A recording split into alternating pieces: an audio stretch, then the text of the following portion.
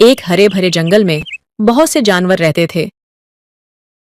उसी जंगल में एक कछुआ और एक चालाक लोमड़ी भी रहते थे। कछुआ बहुत धीरे चलता था, जबकि लोमड़ी अपनी तेज रफ्तार और चालाकी पर हमेशा इतराती रहती थी। वह अक्सर कछुए का मजाक उड़ाया करती और कहती, अरे कछुए, तुम्हारी चाल तो इतनी धीमी है कि अगर तुम एक कदम बढ़ाओ तो सूरज ढल जाता है।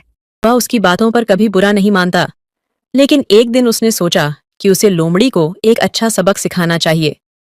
कछुआ ने लोमड़ी से कहा, तुम मुझे धीमा कहती हो, लेकिन क्या तुम यह साबित कर सकती हो कि मैं सबसे धीमा हूं? क्यों ना हम एक दौड़ लगा लें? लोमड़ी को कछुए की चुनौती पर हंसी आ गई। उसने सोचा, एक कछुआ मुझसे दौड़ जीतेगा? ये तो मजाक है।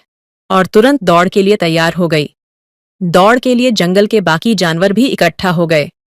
दौड़ का रास्ता तय हुआ, गहरी घाटी से होकर एक बड़े पेड़ तक।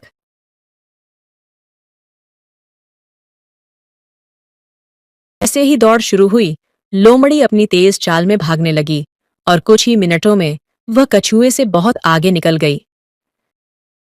कछुआ धीरे धीरे अपने कदम बढ़ाता रहा, लेकिन उसे कोई जल्दी नहीं थी। लोमड़ी को जब यह यकीन हो गया कि कछुआ बहुत पीछे छूट गया है, तो उसने सोचा, अभी तो बहुत समय है, क्यों ना मैं थोड़ी देर आराम कर लूं।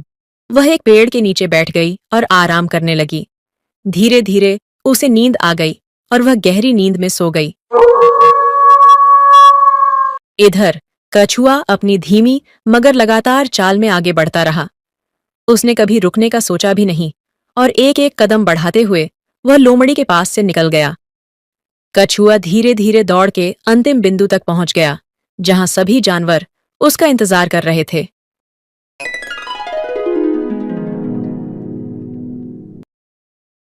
लोमड़ी की नींद खुली तो उसने देखा कि सूरज ढल रहा है।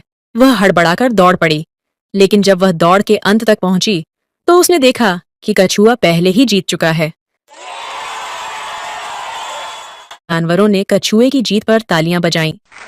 कछुआ मुस्कुराया और कहा, जीत हमेशा चालाकी और तेजी से नहीं मिलती, बल्कि धैर्य, मेहनत और निरंतरता से मिलती है।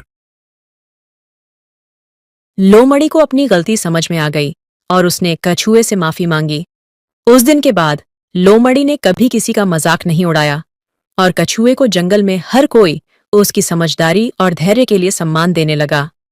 उसने सीखा कि कभी भी किसी की योग्यता को कम नहीं आंकना चाहिए।